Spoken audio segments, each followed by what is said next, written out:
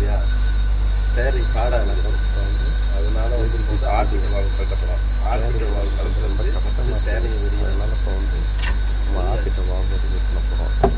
அடுத்து ஃபஸ்ட்டு வந்து down side அந்த ஃப்ரிட்ஜ் ஹேண்டில் அந்த கவரை கலக்கணும். அதுக்கப்புறம் வந்து கவரை காலத்து கீழே உள்ள ஹோல் கவரை வந்து ரிமூவ் பண்ணி வச்சு கழட்டிடும். கவர் வந்து 10 சைஸ் ஹோல் அதை ரிமூவ் அதுக்கப்புறம் ஒரு காற்று அதுக்கப்புறம் காற்று வந்து 16 சைஸ் அந்த ஸ்டார் 16 சைஸ் ஹோல்டு அதை ரிமூவ் கழட்டிடுவோமா? ரிமூவ் பண்ணிக்கலாம். கழட்டிடுவோம். அது 4 போட்டு ரிமூவ் பண்ணிவிட்டு லைட்டாக ஷேக் பண்ணு. அப்படியே ஸ்டேரிங் ராடை வந்து வெளில எடுத்துடலாம். லைட்டாக ஷேக் பண்ணி அது வந்து வெளியில் வந்துடும்.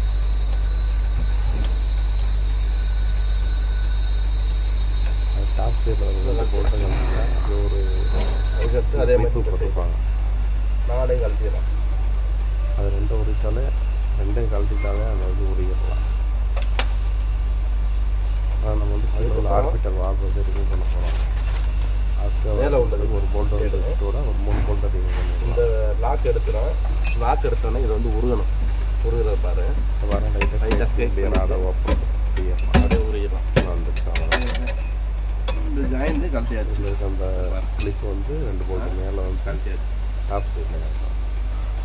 இப்போ நம்ம ஆர்பிட்டர் வால்வுல இது ஆர்பிட்டர் வால்வை ரிமூவ் பண்ணணும். 4 ஹோஸ் இருக்குது. 4 ஆர்பிட்டர் வால்வுக்கு வந்து அப்படியே அப்படி வச்சுட்டா சிரமமாக இருக்கும். ஓசப்புறம் கலட்டணும். கீழே இன்ஜின் போயிட்டு தெரியுதா? அவ்வளோதான். ஓஸ் கழட்டியாச்சு. எல்லாம் லூஸ் பண்ணி வச்சுருந்தோம். இதை மட்டும் போட்டால் அப்படியே ஆர்பிட்டர்